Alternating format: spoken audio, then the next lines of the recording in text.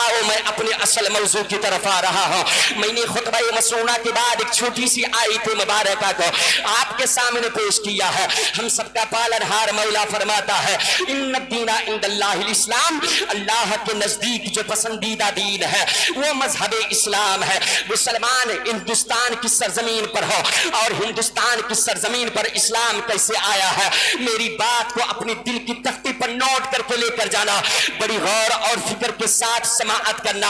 आज तो हम नारा लगा देते हैं, हिंदुस्तान में बैठ करके कहते हैं हम इस्लाम वाले हैं, हम कुरान वाले हैं। जरा गौर कर मुसलमान, ये इस्लाम फूल की चादर को तान करके नहीं आया है, ये मोटे मोटे रजाई में रह करके नहीं आया, बल्कि ये इस्लाम जब चला है तो बड़ी मुसीबतों का सामना करना पड़ा है। तब ये इस्लाम मुझे मिला है, ना जाने कितनी गर्दनें कटी है, तब ये इस्लाम मुझे मिला है, ना जाने कितने माओ का यानी बुढ़ापे का सहारा टूट गया है, तब ये इस्लाम मुझे मिला है। आज तो हम बड़ी आसानी से कह देते हैं इस्लाम वाले हम हैं, कुरान वाले हम हैं। जरा अपने गिरबान में झांक करके देख, हम अपने आप को मुसलमान कहते हैं, मगर आज जिसे मुसलमान कहा जाता है वाकई में शरअन अगर देखा जाए हम मुसलमान कहलाने के नाम नहीं, मुसलमान कहलाने के हक नहीं रखते हैं, क्योंकि जानते हैं मुसलमानों आज हमारा और आपका ये फिक्रिया बन चुका है, क्योंकि अपना सगा भाई है तो उससे नफरत करते हैं, अगर अपना कोई बेगाना भाई है तो उससे भी नफरत किया करते हैं। इस्लाम ये नहीं सिखाता है तुम दूसरों से नफरत करो, इस्लाम ये नहीं सिखाता है तुम गैरों पर तानाज़नी करो, बल्कि हमारा इस्लाम ये है कि यानी अपने तो अपने हैं, गैरों को भी अपने सीने से लगा लो, गैरों को कभी तकलीफ ना दो। हमारे नबी पाक सल्लल्लाहु तआला अलैहि वसल्लम है, अबे इस्लाम किस तरीके से मुस्तफ़ा ने हमें ला करके दिया है। मुस्तफ़ा जाने रहमत के घर में अगर खाना पक जाता था तो वही मक्का के लोग आ जाते, बकरी और ऊंट के लीद को ला करके मुस्तफ़ा की हांडी में डाल दिया करते ताकि सरकार इस्लाम ना फैला सके। मेरे मुस्तफ़ा की 2 बच्चियों को तलाक दिलवाया गया है ताकि मुस्तफ़ा इस्लाम ना फैला सके। मेरे नबी के घर वालों को 3 साल तलक के कैदी बनाया गया है ताकि मुस्तफ़ा इस्लाम को न फैला सके। इस्लाम के मुकद्दस बेटो, आज हम बड़ी आसानी से कह देते हैं इस्लाम वाले हैं, कुरान वाले हैं। जरा इस्लाम की तारीख को सुन, जब इस्लाम की तारीख को हमारे सामने पढ़ने लगे तो हमारे दिल के रोंगटे खड़े हो जाते हैं, हमारे और आपके आंखों से आंसू बहने लगते हैं। और क्यों ना बहे, वारे मुजाहिदीन इस्लाम अपने जान की कुर्बानियां लुटा दी है, अपने जान को लुटा दिया है, अपने माल को लुटा दिया है, फिर भी कभी इस्लाम पर आंच ना आने दिया।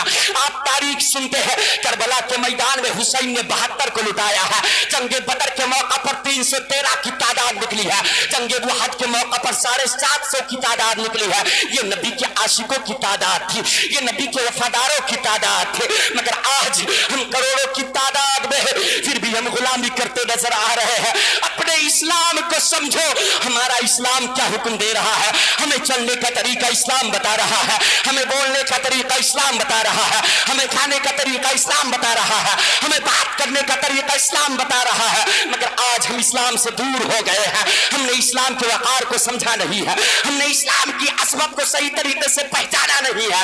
आओ अपने नबी की सीरत को देखें, हमारे नबी सजदे की हालत में जाते, अगर नमाज पढ़ने के लिए मुस्तफ़ा सजदे में जाते तो वही मक्का के लोग एक रुमाल को लाते, सरकार के गले में फंदे की शक्ल बनाते, सरकार के गले को घोटना शुरू कर देते ताकि सरकार इंतकाल कर जाए, इस्लाम न फैल सके। मगर बारे मुस्तफ़ा जाने रहमत, हमारे नबी को तरह तरह जख्म दिया गया, हमारे नबी को सताया गया। मुस्तफ़ा ने इस्लाम यानी मुस्तफ़ा के दीवाने इस्लाम फैलाते रहे, नबी के आशिक इस्लाम फैलाते रहे, मुस्तफ़ा जाने रहमत दीन की तबलीग करते रहे। यही तलक के नहीं, 12 दिन तलक के तारीख उठा करके देखो, 10 दिन तलक के ताइफ के मैदान में सरकार को रखा गया, मेरे सरकार के ऊपर पत्थरों की बारिश की गई, जिस्म से खून बहने लगा, जूतिए मुबारक में जाकर के जमने लगा।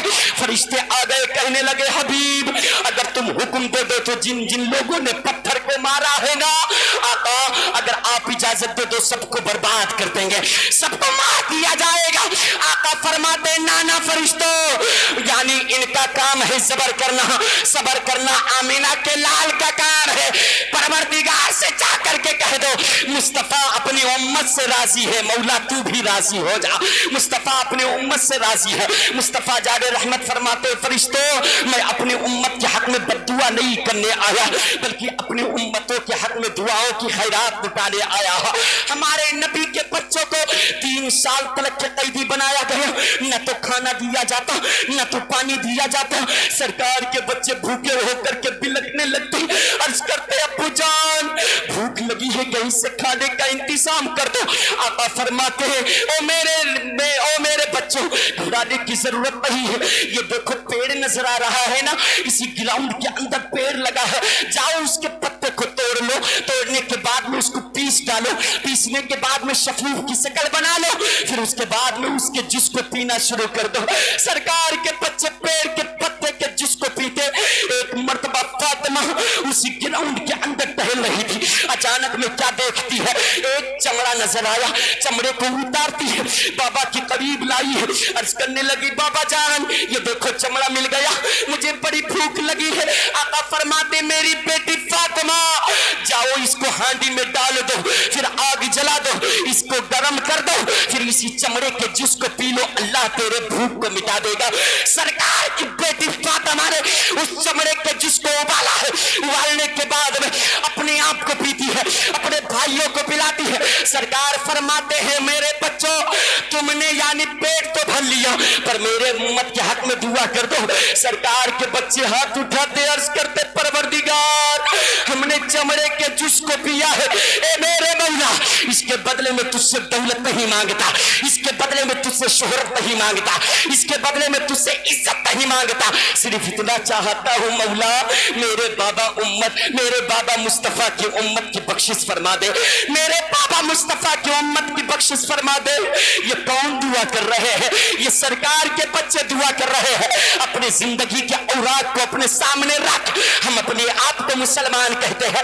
آج ہم دیکھتے ہیں ہمارے پاس موٹے موٹے گدے ہیں, ہمارے پاس موٹے موٹے لحاف ہیں, ہمارے پاس موٹے موٹے رسائی ہیں, پھر بھی ہم خدا کی ناشکری کر بیٹھتے ہیں. وہ سرکار کے صحابہ جن کے بارے میں سرکار نے فرمایا ہے علی تم جنتی ہو, عمر تم جنتی ہو, سعد تم جنتی ہو, ابو بکر تم جنتی ہو. وہ صحابی کے رونے کا عالم یہ ہوتا تھا پوری رات روتے.